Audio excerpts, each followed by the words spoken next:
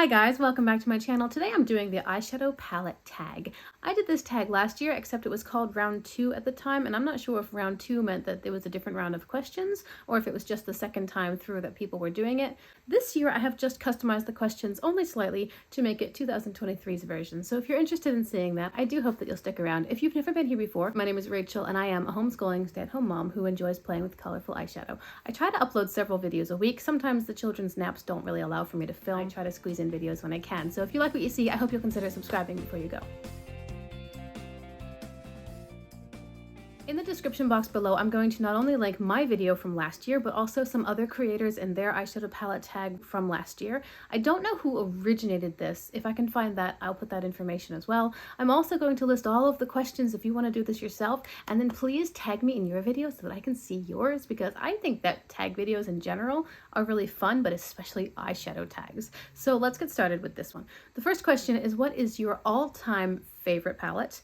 And that was kind of tricky for me. It was actually the most difficult question for me to answer because I have a couple that I just love. But if we're talking about the all-time favorite, like the one that has been my favorite from kind of early on and has continued to be a favorite through all my rankings and declutters and whatnot, I might have to give it to the Flare palette from Ace Beauté or the Wilderness palette from Beauty Bay. Now, like I said, these I bought pretty early and they have survived so many declutters. They have survived and survived and survived, and they consistently rank, I think, top 5. So let me talk about them a little bit. This was discontinued. This was one of Beauty Bay's toy pans, obviously, and this one was crazy popular. Everyone wanted this palette. This, I think, was my first Beauty Bay palette, and I think the color story is truly beautiful. It's so earthy. This palette is very grounded. It's very real feeling. It's not whimsical. It's not fairy-like. It's not ethereal. It's very,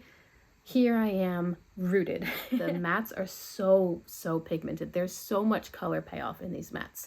They are true to pan. You know, what you see on your eye is what you saw in the pan. They blend out nicely. They don't build the best, but I can deal with that. Once I learned how to use the Beauty Bay formula, which is to start dark and work light, I've never had a problem since. I think the shimmers are beautiful. So this one is possibly an all-time favorite, but then so is this one. This is the Flare palette from Ace Beauté. I have mine in the old formula and I don't even care because the color story, most of it makes sense. You know, it's more harvest leaning, but there are these unusual colors added in. This one, and this one. I think that they really make the color story, it kind of brings it to the next level because you're not just going to get a reddish or an orangey sort of look. You can go into the more purple realms, or you could go more neon, or you could go more obviously on the bluer side of things and throw in a brown or throw in an orange. It's just super inspiring. I get lots of ideas when I look at this palette, and that's really what I'm looking for when it comes to eyeshadow palettes. I want to look at the palette and always have ideas, like be inspired, be excited to use it. If I look at the palette and I go, oh, that's pretty, then it's not the best palette for me because it's not getting me go, oh, I could do that and I could do that. Ooh, and then I could do this, and oh, I want to take this color and pair it with this color. I have that reaction with some of my palettes, and that's what I want when I'm looking for palettes. Before I forget, I did film today's eyeshadow look. If you'd like to see what I used and how I used it, that will also be linked down below in the description box. I can also card it above here if you're interested. But let's keep moving. The next question in the list is, what is a new favorite palette? And for that, I have to give it to the Nomad Cosmetics Monteverde Cloud Forest. Oh my goodness. Okay, so I fell in love with this palette the moment I saw it revealed. I thought it was so beautiful. I love the color story. Green is probably my favorite eyeshadow color, but it's actually, I would say, my favorite color in general. And this palette has lots of beautiful greens. They're actually quite special. They're really unique greens. And even though I have the Earthy 42 pan palette that a subscriber gave me, which is, it would be, you know, every green that you ever need. That's not true. There are so many more.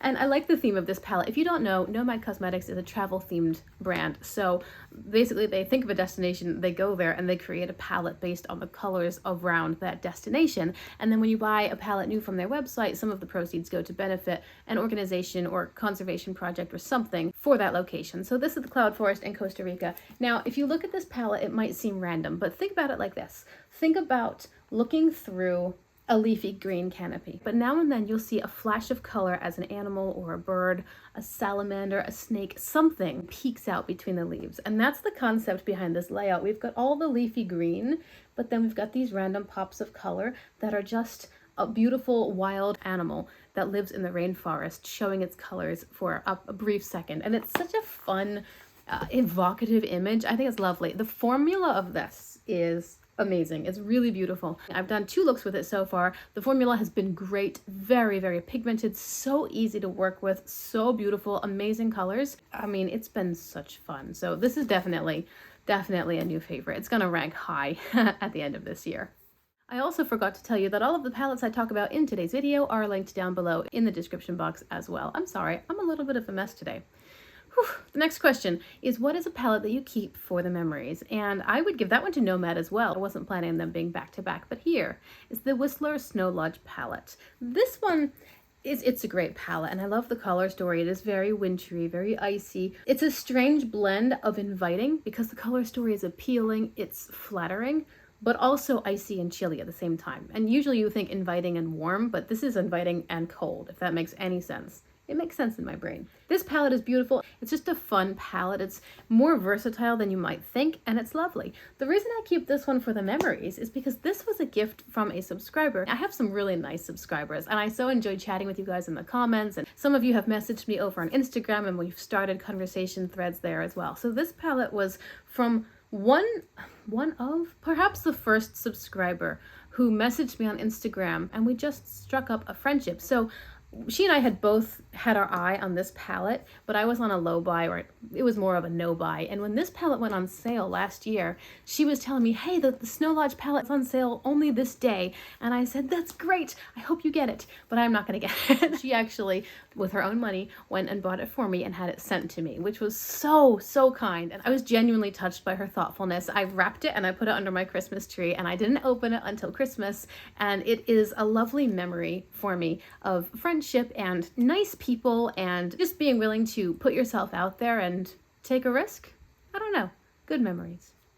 Okay, so what is a palette that you think is underrated? There were 1 or 2 in my collection that I pulled and then I put back because this palette, Paletopoly from Ace Beauté, I think this one's underrated. This palette was launched as part of a game, and the idea was you draw cards and then they tell you which eyelashes you're going to use, which lip products, whatever the makeup elements that came with the game. They were all decided as you played the game, and then there were also cards that decided which eyeshadow colors you were going to use and where you would place them. So you might end up pulling this color and you have to put it in your crease, and then this color and you have to put it on your inner corner, things like that. So you might end up with a killer look.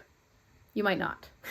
And that was the fun. This is very, very good quality. This is really good quality and has quickly risen to become one of my favorite palettes. This is one that I mean when I say I think about the palette and I get excited, because all I see are different looks that I could do and how I could pair this color with that color, and it would be so interesting and cool and pretty, you know? I think that Ace Beauté rather shot themselves in the foot because they only released this palette as a set with the game. I think Ace Beauté would have made more sales for this palette if they sold it outside of the game for a slightly lower price. But the palette's great. I think it's underrated, partially because not as many people have experienced it, but also so much stuff gets launched at this rapid fire pace that even the best things might get buried under 10 more releases the next week or 2. So I think this palette is definitely underrated. All right, what is a palette that is not a favorite, but you just can't get rid of? If you've been here for a little while, you probably will know what I'm gonna say. Here is the Limoncello palette from Colourpop. I have to admit, I bought this palette mainly for the packaging. I lived in Italy for a little while. I think I was Italian in another life. I love everything Italian. I love everything Italian. I have a friend in Italy. We go back and forth alternating languages, although her English is much better than my Italian. If I didn't have any ties here in America, if I didn't have a husband and children, and I would definitely try to live abroad, probably in Italy. I just love it. I love the culture. I love the music. I have classical vocal training. I love Italy. And so when they released this palette, I was just smitten with the packaging and the name, because this is really beautifully done. I adore this color scheme. It's limoncello, but it's got the blue and the sagey green. It's very calming and soft. It's not really, really yellow or really anything. It's just there. This is raised and it's a gold metallic, as you can see. The lemons, they actually have texture on the rind. I'm going to hold it up. Hopefully you guys can see some of the details. The palette is a little bit sturdier than most of the other palettes that Colourpop had released up to this point and even has released since. I think it's the first time that they used the large pans.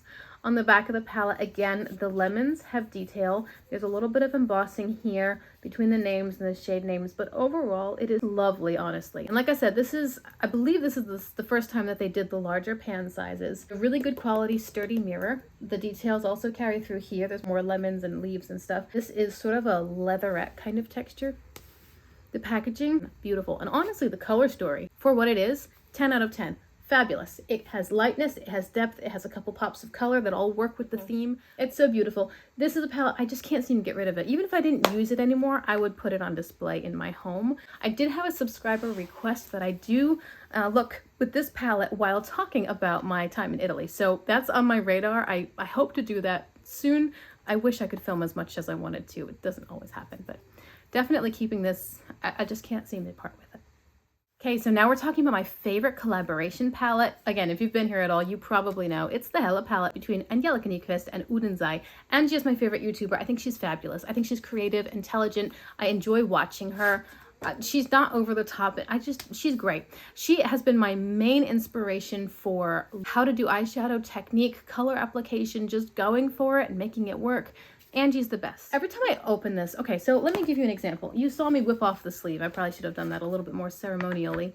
Here is the outer sleeve, which is more of a grayscale. When this outer packaging slides away and you see the palette peeking through, the reaction when your eyes go, ooh, right? Because you weren't expecting these colors underneath.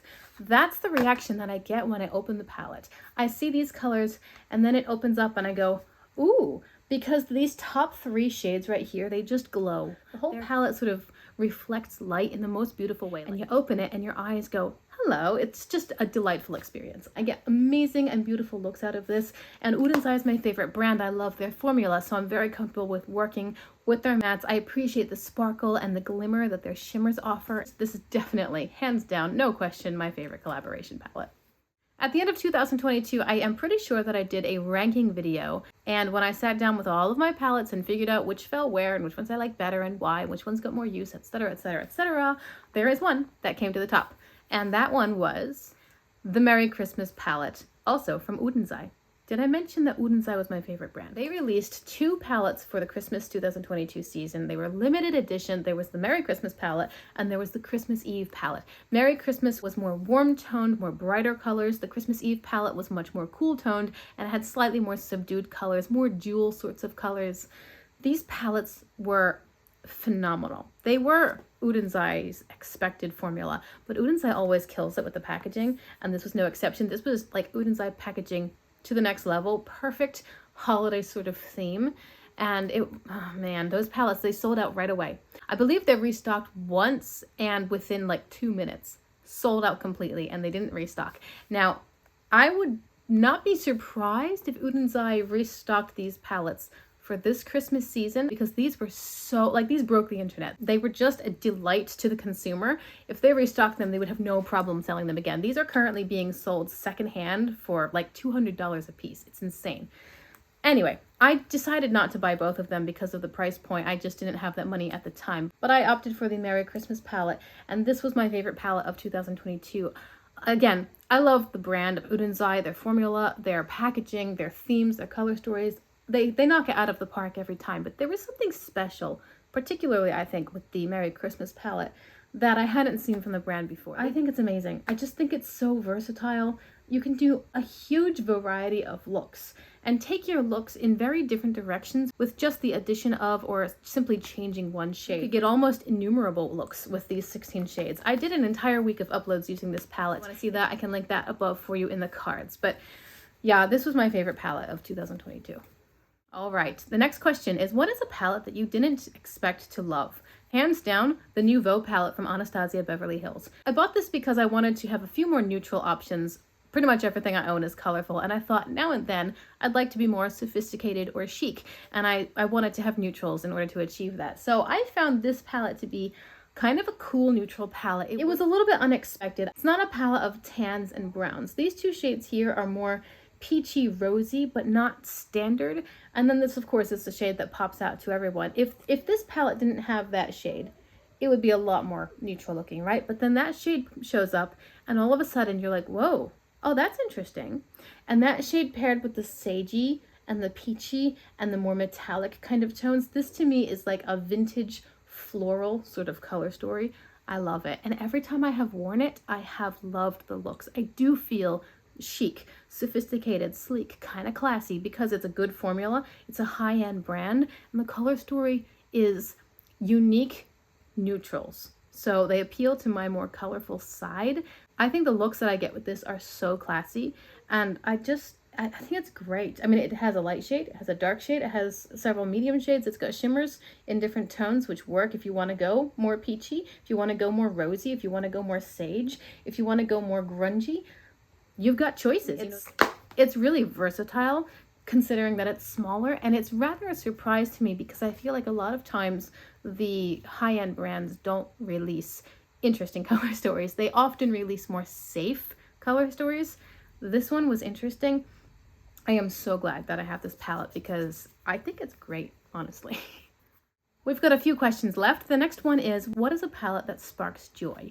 I pulled out the At Forest site from Colourpop. This is their collaboration with Raw Beauty Christie. I don't know how much makeup content she's creating anymore, but Raw Beauty Christie was in her heyday doing very well, and she had several collaborations. And this one, I think, is the bar by which almost every collaboration palette, at least with Colourpop, is measured. I worked hard to get this one because at the time that I found, like when I first saw it, it was already discontinued and a little bit older, and I fell in love with it. I thought it was amazing. I thought that the name At Farsight was cute. I thought the packaging was everything because I love to do watercolor painting, and this is all watercolors. The packaging all the way through is just beautiful watercolors, soft, very appealing, more neutral tones. The inside has this amazing color story, which is, again, just like the Wilderness palette, colorful but grounded. It's not wild and bright. It's not neons. Now, don't get me wrong.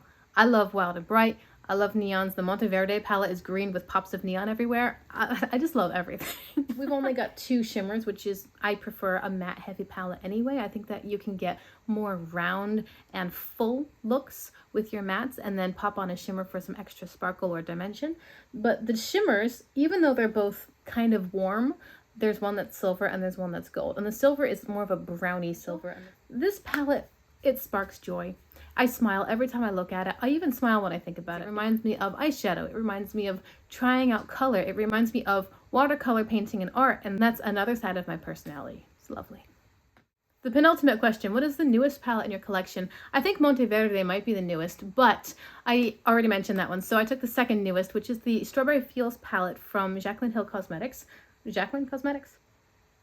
Jaclyn Cosmetics. It's kind of simple, kind of simplistic. It's not wild and colorful, crazy. It's not super bold, but I really like it because it's not true pink and it's not true red either. It's kind of soft berry peachy tones, and they're very harvest leaning. They're very warm leaning, and I have loved the looks that I've come up with. This one, again, matte heavy. There are only 2 shimmers, and we have a matte white. You can really lighten up the inner corner, which again is an element that I truly enjoy. I wish that this shade were just a smidge darker, but it's no problem for me to pull in other palettes from my collection to get anything that I would want. So this palette is a perfect example of a more high-end brand playing it safe.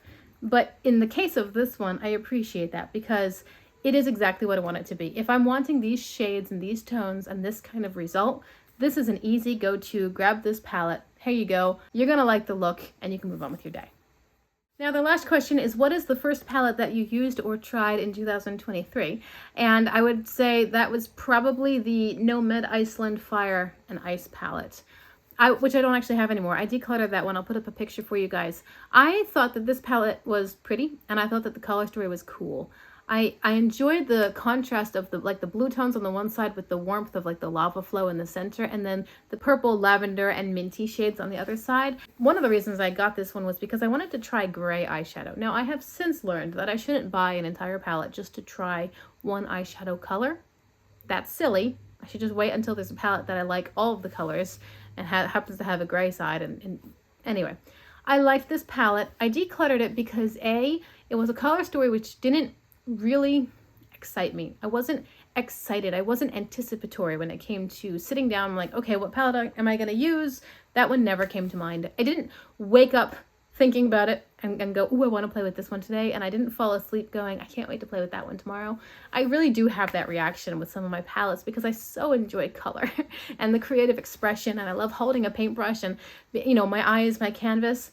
This palette didn't give me those feelings, and it was Nomad's slightly older formula. I have found that to my own taste, the shadows were a bit too powdery. I didn't really enjoy using this palette, and I think that if I had, it might have changed my opinion about it overall. I'm learning that I like formulas that kind of stay where you put them and then you just work at the edges a bit. Uden's Eye is a perfect example. Beauty Bay is similar, but I think that this Iceland palette from Nomad was more where I put the color down and it didn't stay exactly where I wanted it, so I ended up with some muddier edges or colors blending where I didn't want them to blend, and it was just, I think it was mainly a formula thing. If I had enjoyed working with the palette more, I might have kept it for the color story. But anyway, that was, I believe, the first palette that I used in 2023.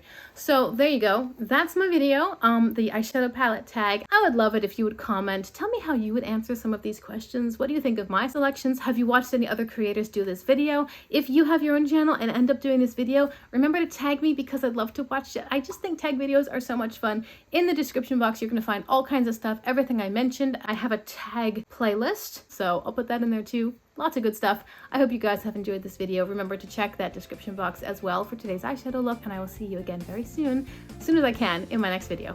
Bye!